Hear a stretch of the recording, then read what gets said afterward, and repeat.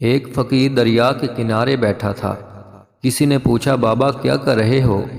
فقیر نے کہا، انتظار کر رہا ہوں کہ مکمل دریا بہہ جائے، پھر پار کروں گا۔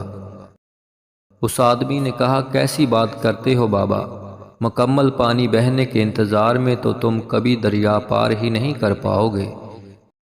فقیر نے کہا، یہی تو میں تم لوگوں کو سمجھانا چاہتا ہوں کہ تم لوگ جو ہمیشہ یہ کہتے رہتے ہو کہ ایک بار گھر کی ذمہ داریاں پوری ہو جائیں تو پھر نماز پڑھوں گا، داڑھی رکھوں گا، حج کروں گا، خدمت کروں گا، جیسے دریا کا پانی ختم نہیں ہوگا، ہمیں اس پانی سے ہی پار جانے کا راستہ بنانا ہے۔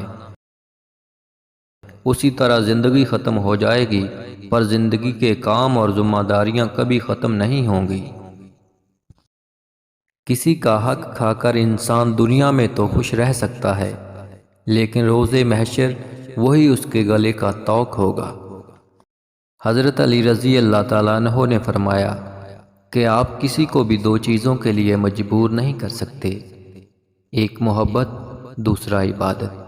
دونوں دل سے ہوتی ہیں اور دونوں کا رشتہ روح سے جڑا ہوتا ہے۔ ریس میں جیتنے والا گھوڑا نہیں جانتا کہ کامیابی کیا ہوتی ہے، وہ دوڑتا ہے تو صرف اپنے مالک کی طرف سے ملنے والی تکلیف کی وجہ سے۔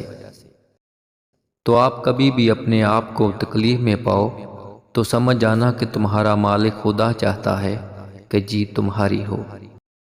حضرت امام غزالی رحمۃ اللہ علیہ فرماتے ہیں، جو شخص حرام کا مال کھاتا ہے اس کے تمام اعضاء گناہ میں پڑ جاتے ہیں، خواہ وہ چاہے یا نہ چاہے۔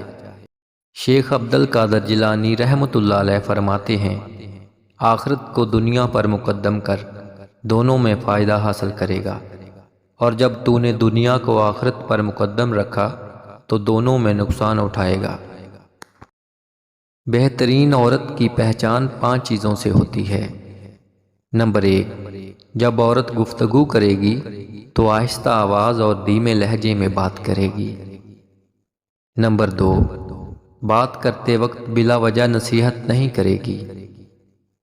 نمبر 3، جب گھر سے باہر جائے گی تو اس کی نگاہیں ہمیشہ زمین کی طرف رہیں گی۔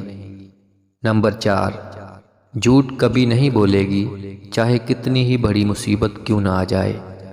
نمبر 5، والدین کی مرضی کو اپنی مرضی تصور کرے گی۔ شیخ سعدی اور اس کا بیٹا تہجد نماز پڑھ رہے تھے۔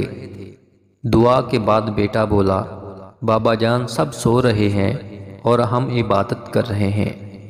شیخ سعدی نے اپنے بیٹے کو جواب میں کتنی خوبصورت بات کہی، اگر دوسروں کے عیبوں پر نظر رکھنی تھی تو بہتر تھا کہ تو بھی سویا رہتا۔